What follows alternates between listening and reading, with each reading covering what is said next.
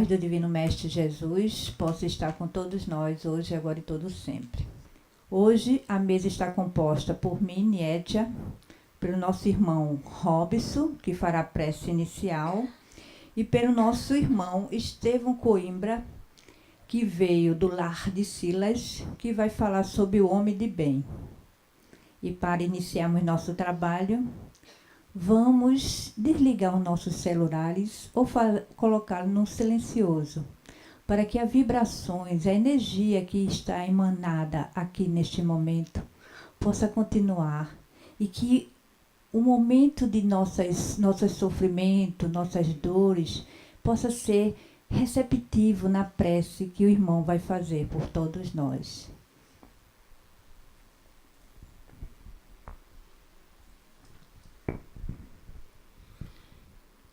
Senhor Jesus, divino e amado Mestre, te agradecemos, Senhor, por essa oportunidade de estarmos aqui, Senhor, mais uma vez, para aprendermos o Teu Evangelho, para nos equilibrarmos, para encontrarmos o verdadeiro sentido de nossas vidas. Que a doutrina espírita seja sempre esse farol que ilumina nossos corações, que possamos aqui equilibrar nossos pensamentos, vibrar com o coração aberto, lembrando de nossos irmãos que ficaram no caminho, que partiram para a espiritualidade, mas com certeza estarão sempre presentes em nossos corações, Senhor. Em nome de Jesus, em nome de Fabiano de Cristo e de todos esses que aqui nos auxiliam, passo a palavra para o dirigente da mesa para dar para iniciar os trabalhos. Que assim seja.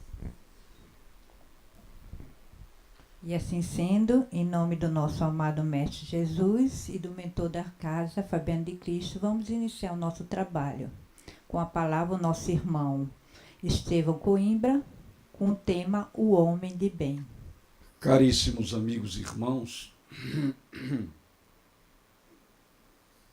que nos abençoe o amigo incondicional de todas as nossas horas. Aquele fundamento que não existe outro além do que já está posto. O único mediador entre Deus e os homens.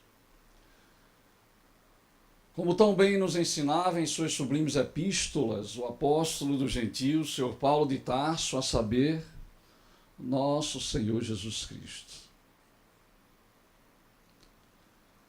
Que essas bênçãos de paz e de muita harmonia possam, nesses momentos tão importantes para cada um de nós,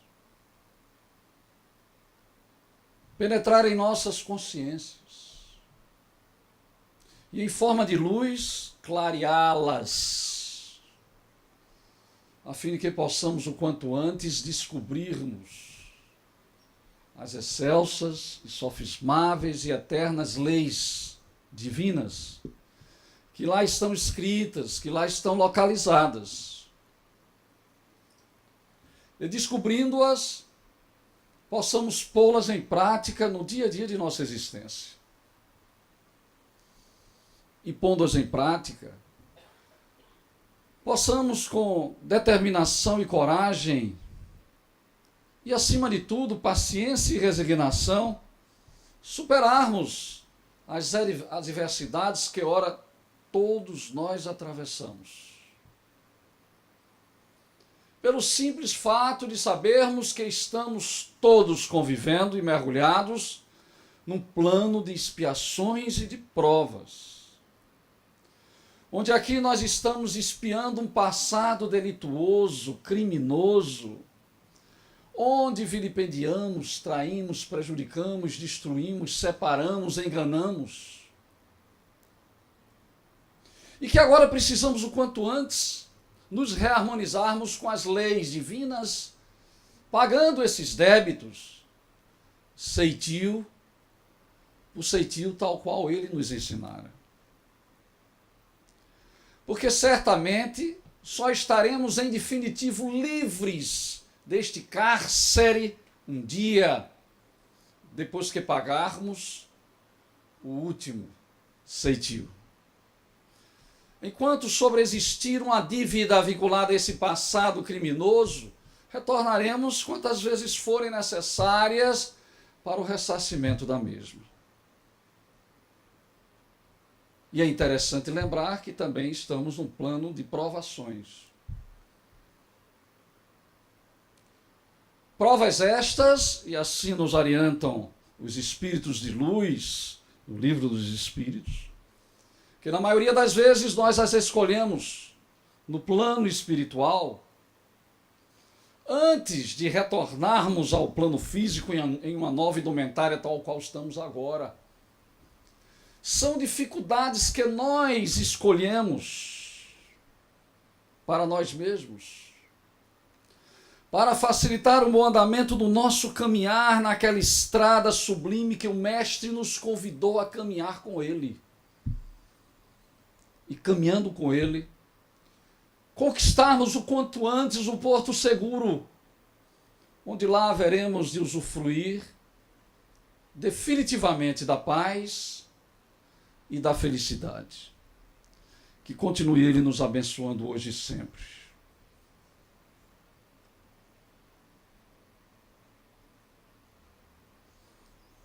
Em uma de suas epístolas aos Romanos, Paulo dizia: porque não faço todo o bem que quero, mas o mal que não quero, esse faço. Olha, nós estamos nos referindo a um dos maiores apóstolos, se não maior, de todos os apóstolos, que com seu sacrifício, sua luta, sua percussiência, sua genialidade, foi um instrumento de propagação do cristianismo, de tal forma que, graças a essa propagação, o cristianismo penetrou no Ocidente. Graças a Paulo de Tarso. Estamos diante de um grande vulto. De um vulto que teve momentos de claudicações, ele claudicou no início, mas logo que tomou a charrua e o arado, não olhou para trás e abraçou a tarefa com Cristo daquela forma que todos nós conhecemos. Combatendo o bom combate, ele acabou a tarefa e guardou a fé, como ele dizia. Porque ele vivia tão intensamente Jesus, que chegou a num determinado instante de viver tão intensamente com Jesus, que ele dizia: não sou eu que vivo, é o Cristo que vive em mim. Portanto, Paulo, depois que saiu de Saulo para assumir Paulo, ele certamente, tudo que ele realizou foi em prol da divulgação do cristianismo, tornando-se integralmente um homem de bem. O homem preocupado em auxiliar a humanidade no seu processo evolutivo através da divulgação das palavras do Sublime Mestre. Ele era um homem de bem. Mas apesar de tudo isso, desta grandeza incomensurável, de um espírito que, comparado pelo menos a mim, está muito mais além, ele chega a dizer isso. Por que não faço todo o bem que quero, mas o mal, esse que não quero, eu faço?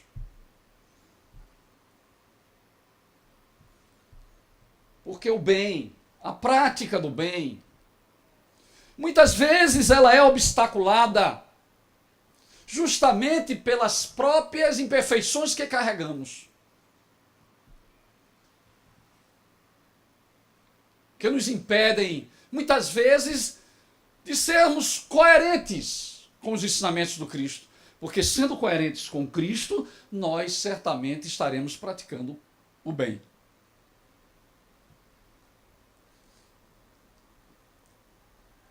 Todo bem, bem praticado, nos faz bem. Interessante, né? Quando nós nos motivamos a praticá-lo, por mais dificuldades que tenhamos encontrado para realizá-lo, nos sentimos bem logo depois. Eu me lembro das tarefas no Hospital de Câncer, eu não sei Vocês estão lembrados? Eu acho que vocês iam também na época que nós tínhamos a permissão de entrar, sem ser voluntários, né? Qualquer um poderia entrar e visitar qualquer grupo religioso. Eu que não tenho nenhuma comparação e nem venho comparar com Paulo de Tarso, e nem com meu xará Estevão. Tem nada a ver. Lá embaixo, ia com essa determinação de dar um pouco de mim àqueles que ali estavam necessitando de uma palavra, de uma canção amiga que levávamos o violão para alegrar o ambiente. E apesar de todo o sofrimento daqueles quadros difíceis, horrendos, que divisávamos as faces dos sofredores, apesar de tudo isso, nós nos saíamos de lá nos sentindo bem. Porque tínhamos como intenção praticar o bem.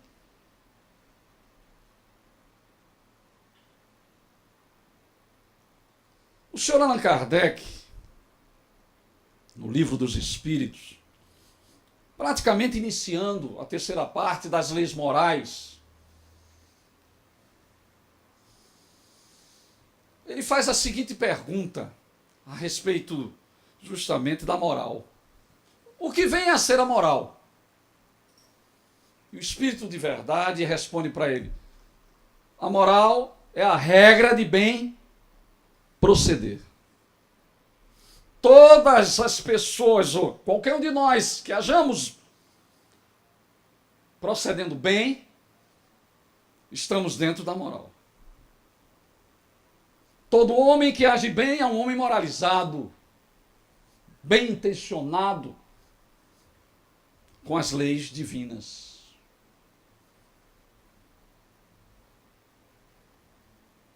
Aí ele também pergunta: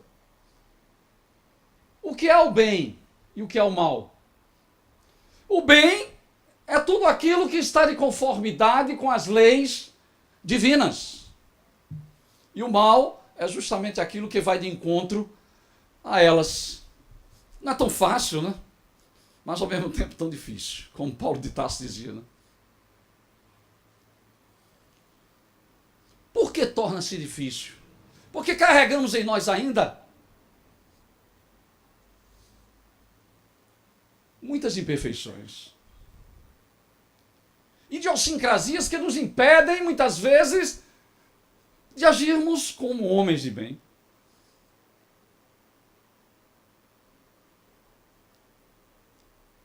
Estimulados, insuflados, fomentados pelo orgulho, pela vaidade, pela inveja, pelo egoísmo e tantos outros elementos negativos que obnubilam a nossa ação de praticar este bem com sinceridade.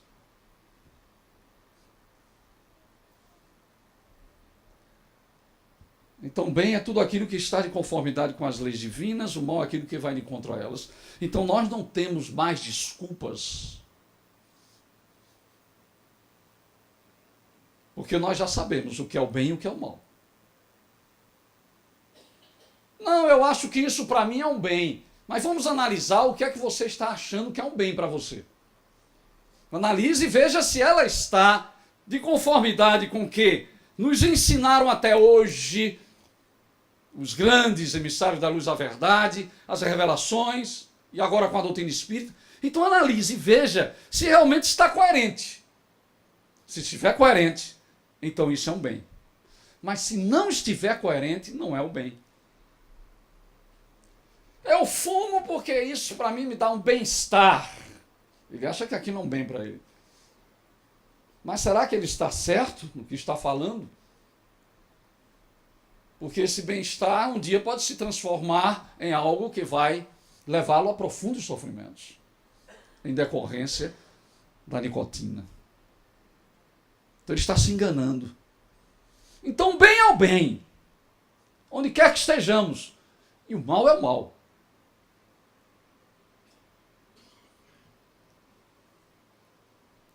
Quando o senhor Allan Kardec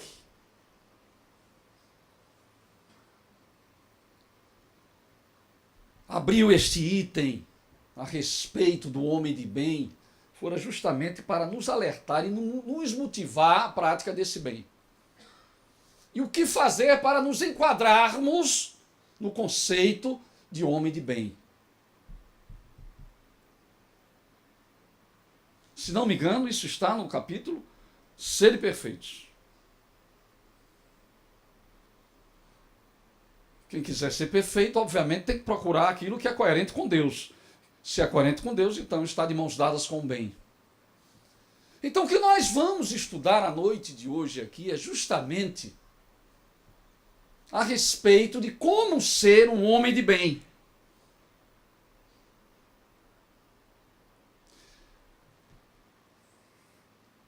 Ele faz aqui, nesse item, desse capítulo Sede Perfeitos, uma série de propostas, a fim de que, abraçando-as, possamos verdadeiramente nos enquadrar nesse conceito de homem de bem. Se é um homem de bem, então é um homem que está de mãos dadas com as leis divinas.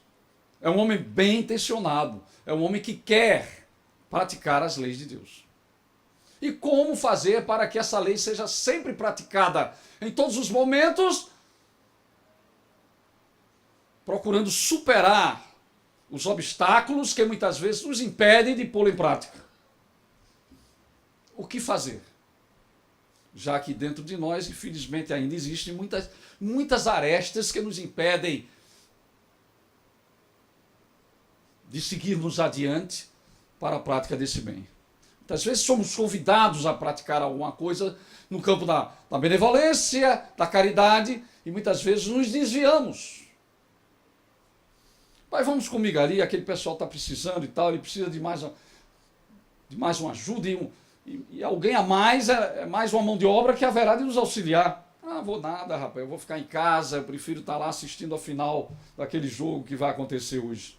Ele perdeu, através de um convite fraterno, a oportunidade de pôr em prática isso que nós vamos estudar a noite de hoje. O bem. E muitas vezes nós nos desviamos dele. Começando dentro dos nossos lares, onde ele tem que ser praticado com toda a fidelidade possível. Porque praticar lá fora é muito fácil. Agora, dentro dos nossos lares se torna muito mais difícil. Então, o que fazermos para sermos um homem de bem?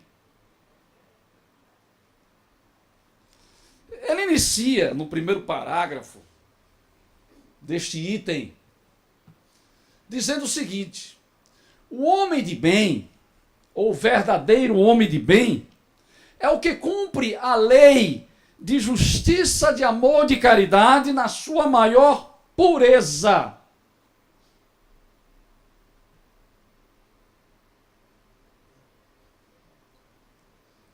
Então eu estive refletindo. Se a lei de justiça, amor e caridade, como diz os Espíritos, todas as outras se enquadram nela, os Espíritos dizem isso no livro dos Espíritos, essa última, todas estão enquadradas nela.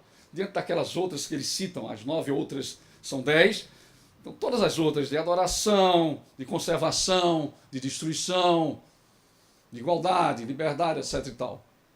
Todas elas estão enquadradas nela.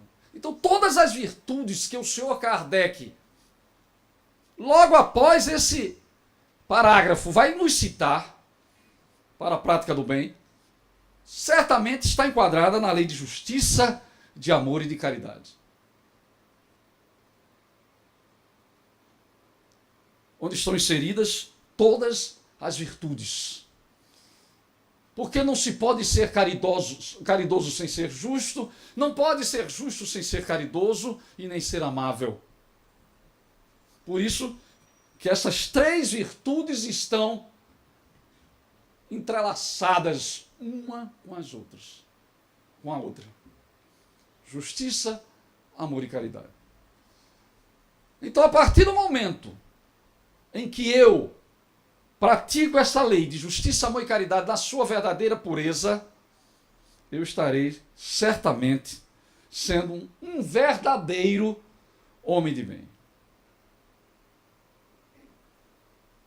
Mas aí ele vai fazer um elenco de virtudes vinculadas, obviamente, a essa grande lei de justiça, amor e caridade, do qual todas as outras que ele vai citar agora estão vinculadas a ela. Ele vai destrinchar para facilitar ainda mais a prática delas e, consequentemente, nos enquadrarmos naquilo que se chama homem de bem. O homem de bem, ele tem que ter fé em Deus. Claro que ele tem que ter fé em Deus. Como é que eu posso, obviamente, me doar na prática de algo se eu não tiver confiança? Eu tenho que confiar em Deus, obviamente. Então, ele deposita fé no seu Criador, na sua bondade, na sua justiça e na sua sabedoria.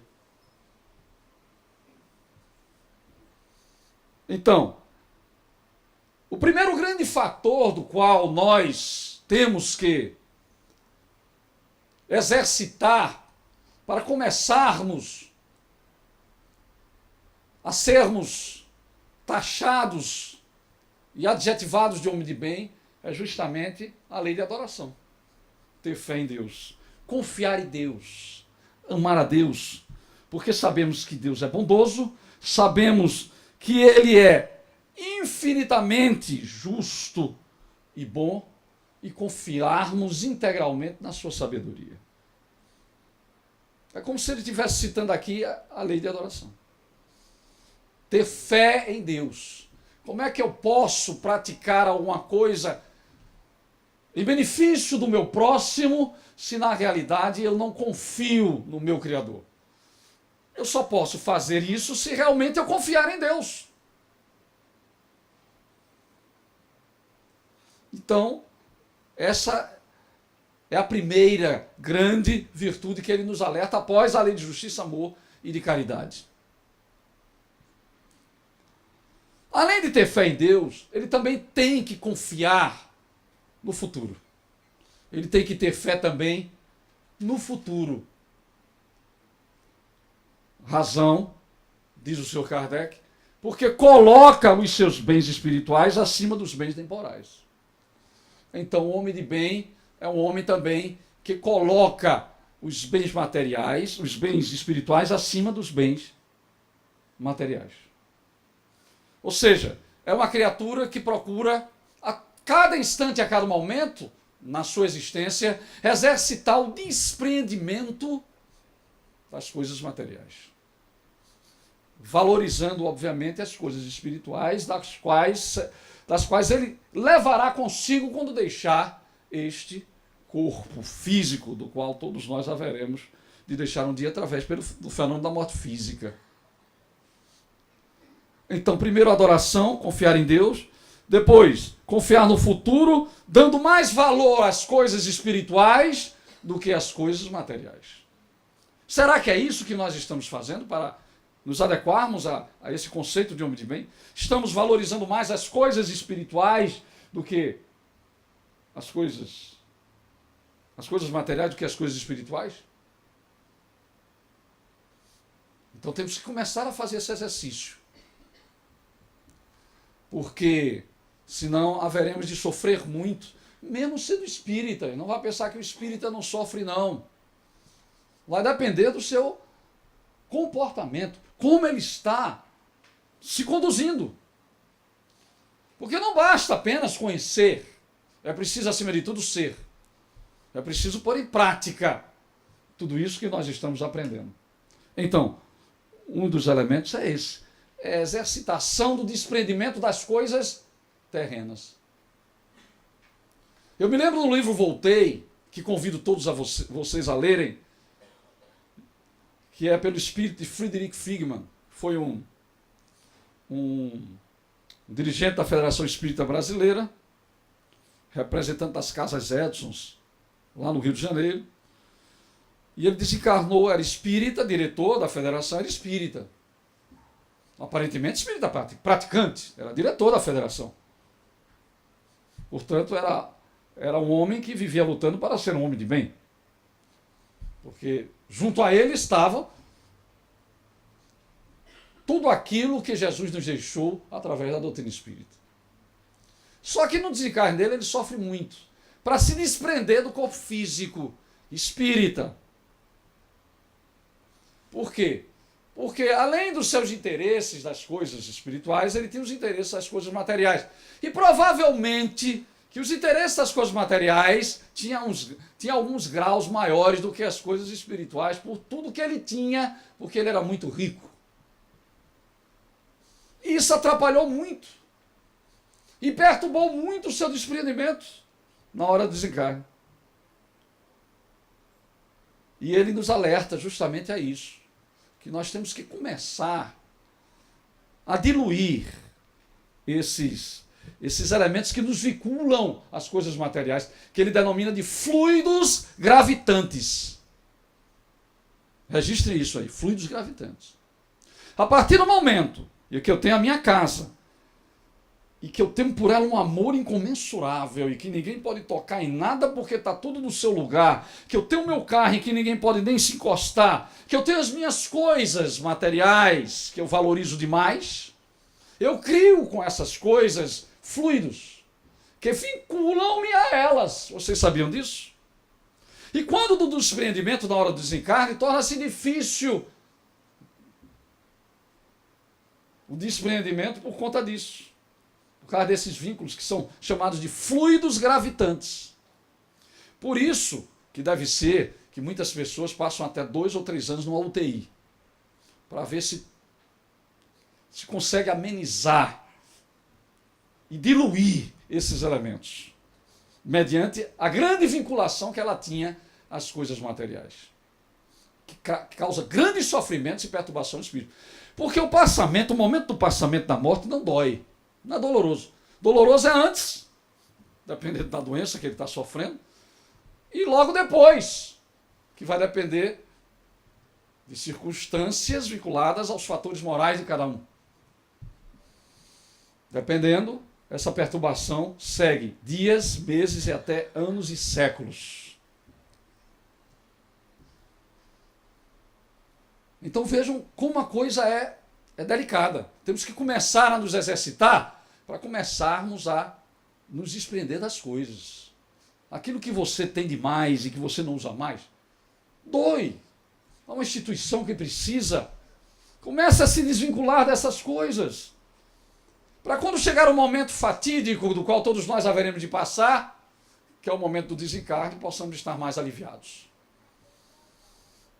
E não estarmos presos a esses fluidos de uma roupa, né? De uma casa, de um carro, de minha poupança e etc. Então, temos que depositar toda a nossa fé na vida espiritual que nos aguarda, procurando desde já vivenciá-la agora no corpo físico. Felizes daqueles que exercitam isso, viver o mundo espiritual desde agora, exercitando-se de tal forma que não se vincule demais às coisas físicas e materiais, que só traz sofrimento. Então, o homem de bem, ele coloca as coisas espirituais acima das coisas materiais. Ele compreende que todas as vicissitudes da vida, as dores da vida, todas as decepções, são provas ou expiações e as aceita sem murmurar. Ele compreende isso. Claro que a gente sabe que se ele for espírita, ele vai ter uma compreensão mais rápida e maior. Claro, porque só o espiritismo é que nos lega essas explicações. O que as nossas co-irmãs não têm condições de apurar e de chegar a essa conclusão. Então, se torna muito mais ajustável e fácil ser um homem de bem se a criatura realmente se enquadrar nos princípios da doutrina espírita. E é esse o propósito maior da doutrina espírita. Por isso que ela tem seu frontispício fora da caridade não há salvação, porque em tudo que ela faz e realiza, ela nos incentiva a prática da caridade, para nos tornarmos os homens de bem. E os homens de bem praticam a verdadeira caridade. A melhor coisa do mundo é você saber os motivos daquilo que está lhe importunando. De repente está tudo bem. De repente se torna um marasmo. De repente, tomamos uma notícia de que meu marido ou minha esposa está com uma doença terminal e que são poucos meses. De repente a gente tem uma notícia de que um filho foi assaltado e vai ficar tetraplégico. De repente a gente tem uma notícia de um acidente na família e que ficamos sozinhos e que todos se foram. E tantos outros fatores. Que nesse mundo de expiações e provas é natural, é normal. Onde temos que viver com a perversidade, ao mesmo tempo com a perversidade humana e a inclemência da natureza. Isso é natural em mundos de expiações e provas. Agora, é bem diferente do homem, da criatura que compreende os motivos daquilo que ele está passando e o porquê, do que aquele que não compreende. Eu me lembro que eu fui, certa feita, a homenagem a uma criatura que tinha partido de uma dessas igrejas protestantes, porque quando eu digo evangélico, eu também sou. Crente, eu também sou. Então eu chamo protestante. Porque evangélico todos nós somos porque estudamos o evangelho. Crente todos nós somos porque acreditamos em Deus. Então eu prefiro chamar protestante. Protestante, católico, espírita, momentano, muçulmano, etc. e tal. E foi um acidente, alguma coisa que aconteceu, e o pastor, ele dizia, tem certos momentos que fica difícil compreender o nosso Criador. E eu lá, só ouvindo. Claro que ele tinha suas razões de pensar assim, porque os subsídios que ele tinha em mãos lhe ensinavam dessa forma. Eles não têm os subsídios necessários para explicar-lhes a tal ponto de consolá-los, tal qual a doutrina espírita nos faz. Por que é que nós sofremos? Por que estamos aqui? De onde viemos e para onde vamos? E os motivos das nossas dores, decepções? Porque são provas ou expiações, como já falávamos no início da nossa exposição. Porque estamos num plano de expiações e provas. E ele compreendendo isso, obviamente, se torna muito mais fácil ele se enquadrar como uma criatura de bem. Porque ele não vai se revoltar nem contra Deus, nem contra a própria existência. O que leva muitas vezes a criatura, por falta dessa compreensão, tirar a sua própria existência, como temos visto casos de perto. Por falta dessa compreensão. E de tantos outros fatores.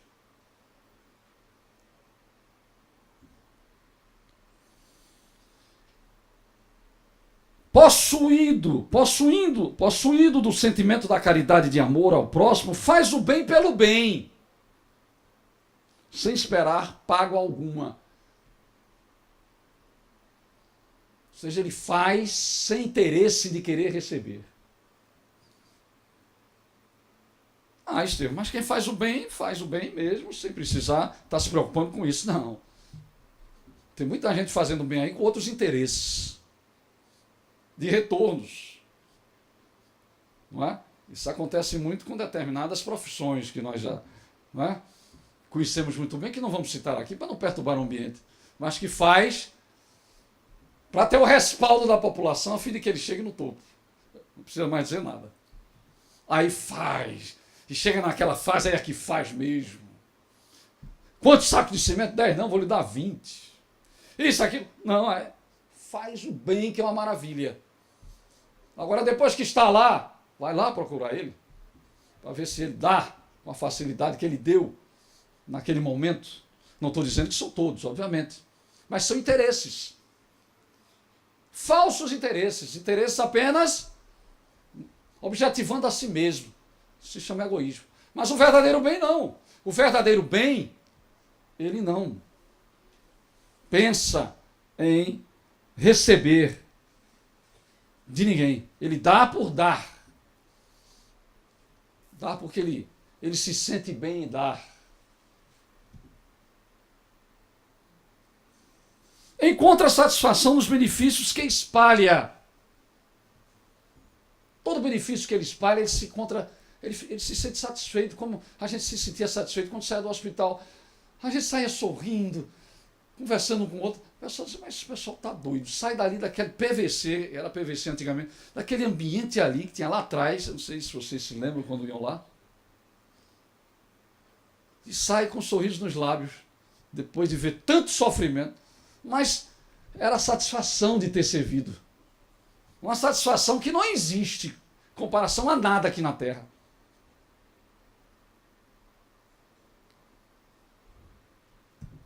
Então ele conta a satisfação nos benefícios que espalha, nos serviços que presta ao fazer ditosos os outros, nas lágrimas que enxuga, nas consolações que prodigaliza aos aflitos.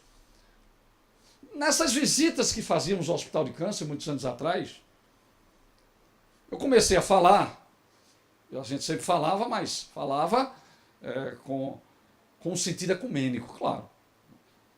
O verdadeiro espírita que luta para isso, ele jamais vai impor aquilo que ele aceita. E nós falávamos dentro do Evangelho de Jesus, que é comum a todos. Mas conversa vai, conversa vem, uma senhora estava lá e ficou desconfiada de mim, não sei porquê. Ela olhou para mim e disse, eu acho que disse, rapaz, aquele dali deve ser filho do diabo, eu acho que ele é espírita. Cismou comigo. E ficou chateado e tal, e falou comigo e tal, você não é. Eles chamam de evangélicos, né? Você não é. Não, você não é não, eu tenho certeza. Você fala de uma forma aí e tal. Mas eu falei em Jesus, não falei, não, mas eu sei que você... Ela insistiu, não, eu sou espírita. Ela disse, está vendo? E ficou revoltada comigo. Passaram-se 1 ou 2 semanas, e teve uma semana que eu não pude ir, porque era toda semana que a gente ia. Aí na outra semana, quando eu cheguei lá, eu nem a conheci direito, porque essa doença, ela macera muito, né? Dilacera, macera, e a criatura com pouco tempo você quase não conhece. E ela se aproximou de mim. E com os olhos cheios de lágrimas me abraçou. Compreendeu que realmente não era aquilo que ela estava dizendo para mim naquele dia. E disse para mim, nunca mais deixe de vir aqui. Eu nunca mais me esqueci disso aí. E não falava nunca a respeito de princípios de reencarnação, de mediunidade, nada. A gente só falava do Evangelho de Jesus, das parábolas, das passagens. Mas eu não sei por que ela cismou pela minha oratória de que eu não era um pastor, eu não era um padre. Se eu não era um padre nem pastor, eu tinha que ser o quê? Um espírita. O que ela já devia conhecer. E ela compreendeu que a fraternidade independe do rótulo religioso que carregamos. E aquilo me emocionou, que eu nunca mais esqueci isso. E dias depois ela desencarnava. Eu estou falando por mim aqui, não é para sacudir flores e confetes, não, nem serpentinas. É para ver que na ocasião que nós nos dispomos à prática do bem, o retorno sempre vem, mesmo que demore, ele virá.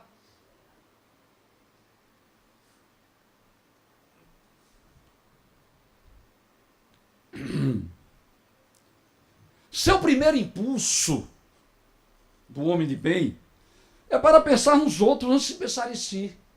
Isso é que é maravilhoso, né? Mas o que é que acontece geralmente conosco? A gente pensa primeiro na gente. Isso é o egoísmo, né? O egocentrismo.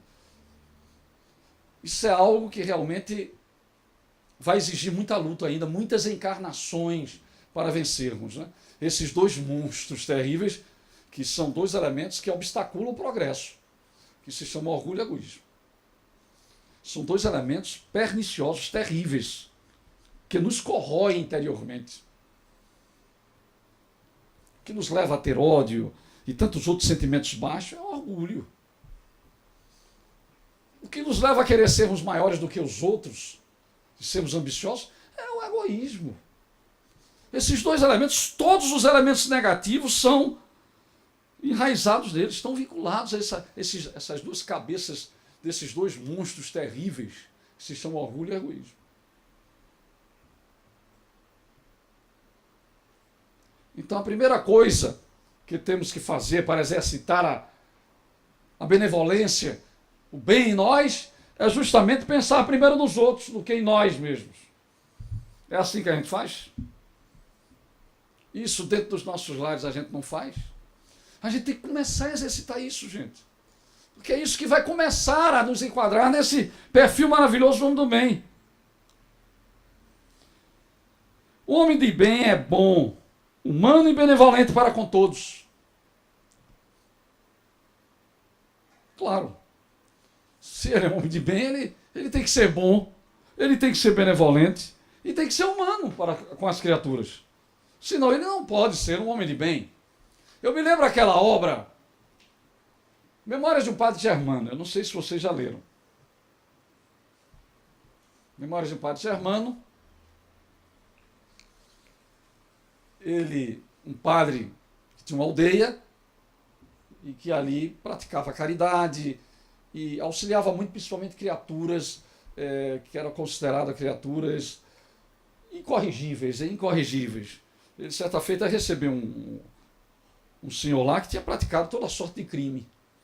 E aí ele ficou lá na aldeia e sempre era evangelizado por Padre Germano, e ele foi se modificou-se a tal ponto de passar anos ali. Ele se modificou, ele demonstrou transformação graças à convivência com o Padre Germano, e se arrependia muito do que fizera e do que tinha feito.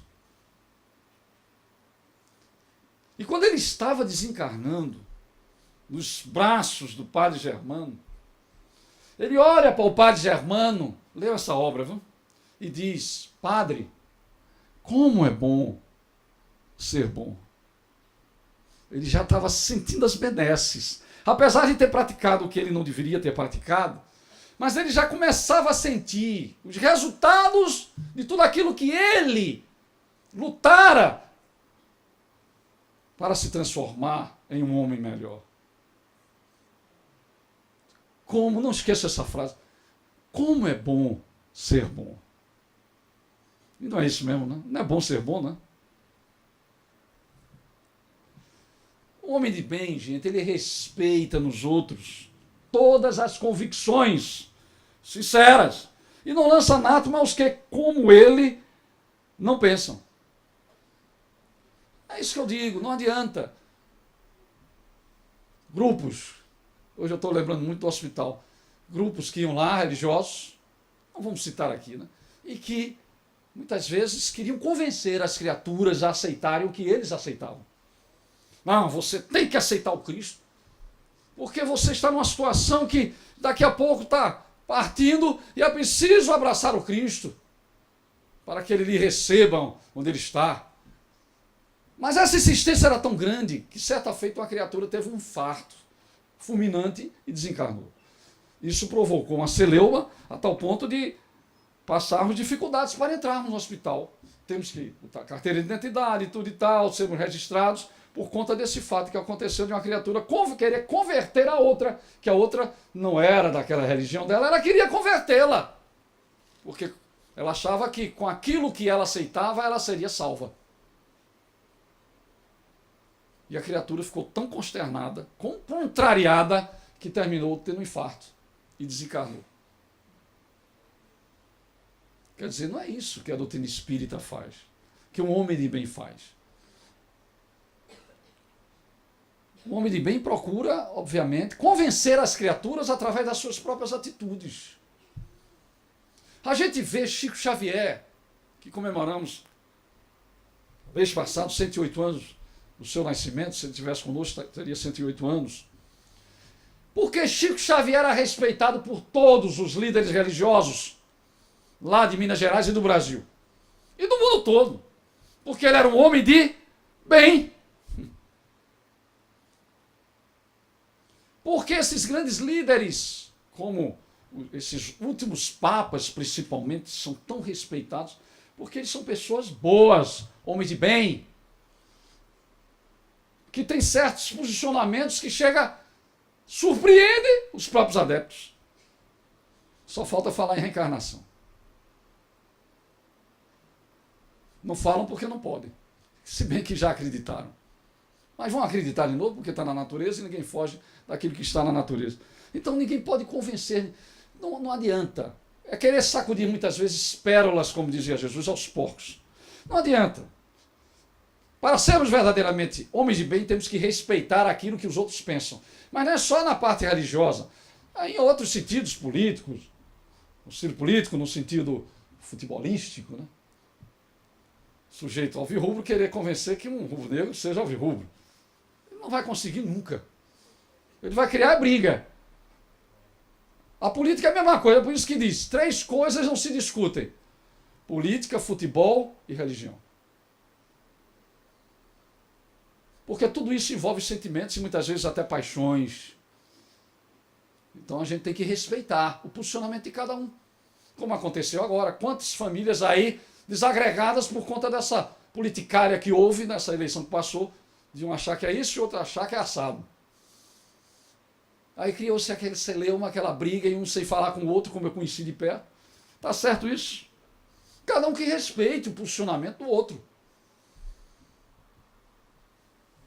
Pode ser que eu não aceite o que você está dizendo, mas darei até a minha própria vida para defender o seu direito de tê-la, dizia Voltaire. O direito que cada um tem de defender-se, de achar e abraçar os seus ideais. Então o homem de bem é assim. Em todas as circunstâncias, toma por guia a caridade. Todas as circunstâncias. O guia maior dele é a caridade. Ele vai agir igualzinho ao samaritano, e não como o sacerdote ou levita. Se ele sentir que alguém está precisando dele, ele vai lá e vai auxiliar. Vai lhe dar amparo, guarida, vai enxugar as feridas, físicas ou morais. Esse é o verdadeiro homem de bem. Não alimenta ódio, claro. Não alimenta ódio, nem rancor, nem desejo de vingança. Como admitir uma pessoa boa, uma pessoa de bem, estimulando ódio, vingança e rancor? Não tem sentido, tem? Nós é que ainda estamos lutando para sê-lo, é que ainda temos dentro de nós esses elementos que insuflam em nós esses elementos negativos como ódio, rancor, ressentimento, vingança. E disso precisamos nos afastar logo, retirar de nossas almas esses elementos perniciosos e prejudiciais. E quanto eles conviverem conosco, será difícil exercermos a prática da bondade e sermos homens de bem. Ele é indulgente para com as fraquezas alheias. Ele se enquadra naquilo que Jesus disse: atire-lhe a primeira pedra aquele que se acha sem pecado.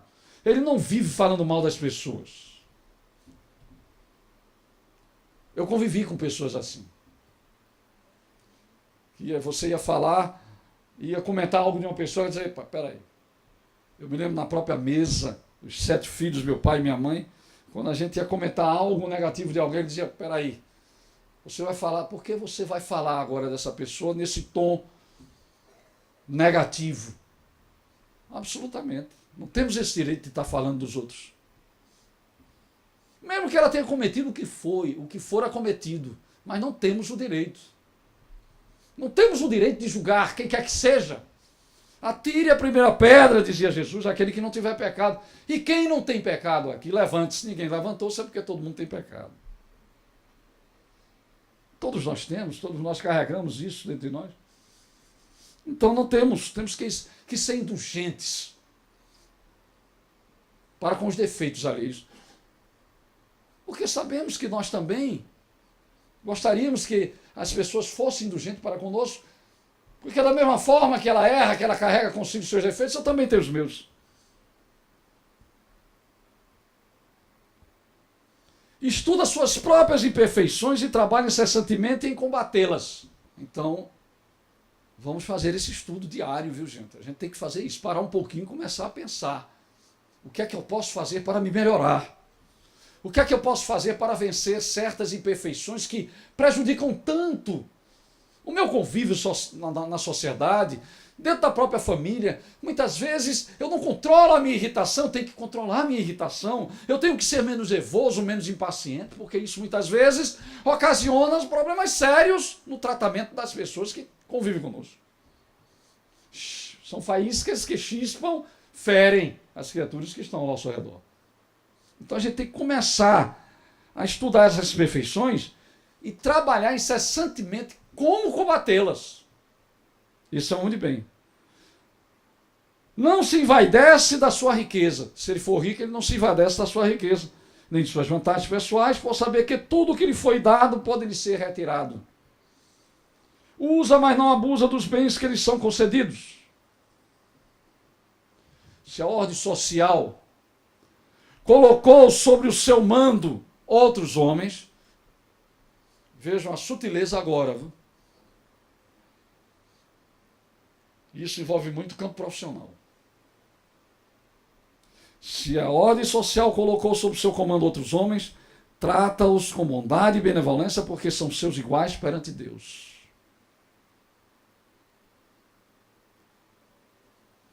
Você é chefe, você é gerente, você é diretor, está acima de muitos que estão abaixo de você. Então, muito cuidado com o trato às pessoas que estão mais abaixo. Tratá-las bem, respeitando-as, procurando, obviamente, tratá-las de tal forma que o respeito seja recíproco da parte deles também. Procurando dar-lhe a atenção necessária quando procurado, e não humilhar, como muitas vezes alguns fazem, porque se acham no topo e acham-se no direito de, muitas vezes, humilhar as criaturas que estão abaixo de si. E aqueles que estão abaixo, compreender, obviamente, o posicionamento de quem está acima, procurando respeitar-lhes.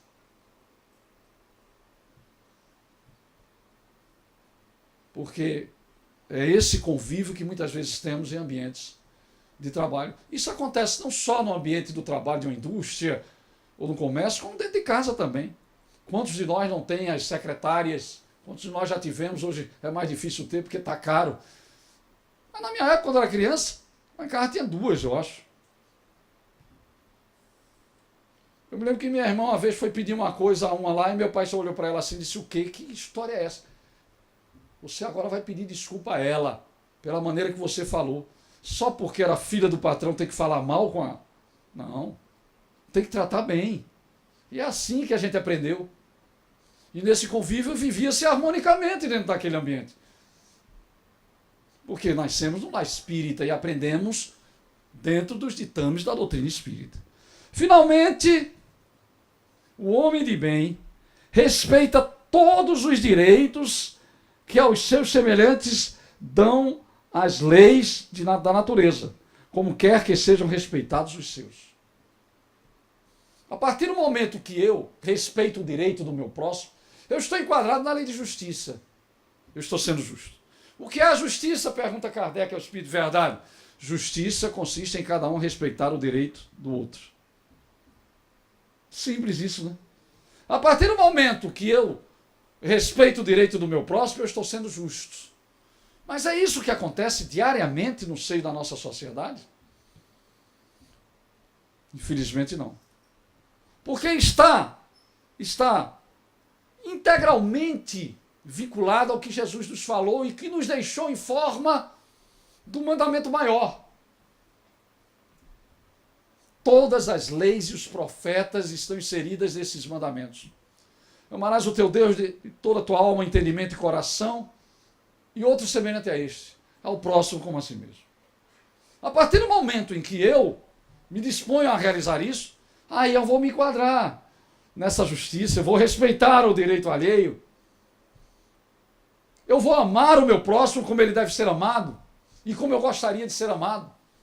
Vou fazer aos outros aquilo que eu gostaria que eles me fizessem, e não vou fazer a eles o que não gostaria que eles me fizessem. Isso é lei de justiça. Se a humanidade fizesse isso, estaríamos bem mais avançado no contexto evolutivo moral. Mas não é isso que acontece, infelizmente. É a luta desenfreada para cada um pular em cima do outro e ser maior. Infelizmente é o que acontece e o que tem acontecido no seio de nossa sociedade. Aí ele conclui dizendo: não ficam assim enumeradas todas as qualidades que distinguem o homem de bem. Essas que eu falei aqui. Então não ficam assim enumeradas todas as qualidades que distinguem o homem de bem. Mas aquele que se esforce por possuir as que acabamos de mencionar, no caminho se acha que a todas as demais conduz. Então, todas essas que aqui foram citadas, ela já vai conduzir para outras ainda maiores, que nos darão a possibilidade de sermos bem melhores ainda. Claro, seria impossível ele colocar tudo aqui, mas essas aqui já são suficientes para nos incentivar, para nos fortalecer, a fim de que possamos verdadeiramente encontrar esse caminho onde se acham todas as demais. Claro que a coisa não pode ser da noite para o dia. A natureza não dá saltos. Nós não podemos, da noite para o dia, sermos um anjo. Isso é uma questão de tempo. E graças à justiça divina é que nós chegaremos um dia a isso. Chegaremos um dia, obviamente, a conquistar esse patamar maior da pureza, da perfeição, graças à lei da reencarnação. Sem a lei da reencarnação, jamais teríamos a oportunidade devida para chegarmos a conquistar essas virtudes que nos farão homens de bem, homens justos, homens caridosos. Portanto, meus queridos amigos e irmãos, procuremos promover em nós a capacidade de desenvolver essas virtudes, para que cada dia que se passa possamos aprender mais e, aprendendo, começarmos a fazer brilhar essa luz que está dentro de nós. Porque o homem de bem é este homem que faz brilhar essa luz diante daqueles que estão ao seu derredor, através do seu comportamento, através da vivência de todas essas virtudes que aqui foram citadas. E assim convencendo as criaturas através desse exemplo, fazê-las com que elas também despertem para essa realidade sublime que é a doutrina dos Espíritos, que vem com um propósito maior de consolar as nossas almas e dar à humanidade a esperança maior em um mundo bem melhor do que este em que estamos vivendo, saindo do patamar de expiações e provas para conquistarmos a regeneração. Agora, para isso é preciso fazermos a nossa parte, é preciso lutarmos, é preciso sacrificar certos interesses, é preciso renunciar muitas vezes a nós mesmos para caminhar com Jesus, carregando a nossa cruz, e assim fazer brilhar a nossa luz diante dos homens através do nosso próprio exemplo, tal qual fizera aquele pequenino pássaro, que observando a floresta em chamas não deu outra. Voou em direção ao lago próximo, mergulhou, encharcou o seu pequenino corpo de penas, voou em direção às chamas, balançou as suas asinhas, mas tal qual, antes que as gotículas caíssem para aliviar o sofrimento da irmã natureza, se evaporavam mediante a alta temperatura do ambiente. Mas ele não desanimou e continuou, indo e vindo em defesa da irmã natureza, até que um pássaro maior intercepta e abordando lhe diz: meu querido irmão, não estás vendo que jamais apagarás este fogo sozinho? Estás cometendo atitude idiota e imbecil. E ele humildemente responde-lhe dizendo: pode ser que eu não faça, meu querido irmão, mas cumprirei, se possível, até a morte, defender a irmã natureza, que em tantos momentos nos agasalhou em nossos ninhos reconfortantes dos galhos das árvores que agora padecem através das chamas destruidoras, e continuou naquela tarefa indivina em defesa da irmã natureza, até que, observado por milhares de pássaros que ali passavam, que atentando para o seu exemplo resolveram segui-lo, reuniram-se num milhão de revoada, mergulharam no lago próximo, encharcaram seus pequeninos corpos de penas, voaram em direção às chamas, balançaram as suas asinhas, e uníssonos conseguiram definitivamente apagar as chamas que abrasavam a irmã natureza.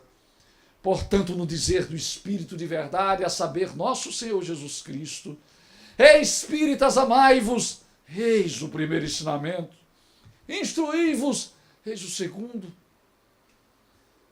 Acatemos esses conselhos maravilhosos do nosso querido Mestre Jesus, com o propósito maior de desenvolvermos as nossas asas no conhecimento e no amor. E através de oportunidades sublimes como esta, nos reunirmos em torno do seu Evangelho Redentor, tal qual estamos agora, procurando captar os seus ensinamentos em forma de água bendita em nossos corações, transformando-os numa fonte cantante para a vida eterna, tal qual ele tão bem dissera à mulher samaritana às margens do poço de Jacó, para que no dia a dia de nossa existência, através da prática fiel a esses propósitos, possamos deixar a respingar as consciências de todos que convivem conosco, para que convencidos possam um dia, quem sabe, aqui está conosco, usufruindo desse banquete espiritual e alimentando as suas almas com Jesus, por Jesus, para Jesus.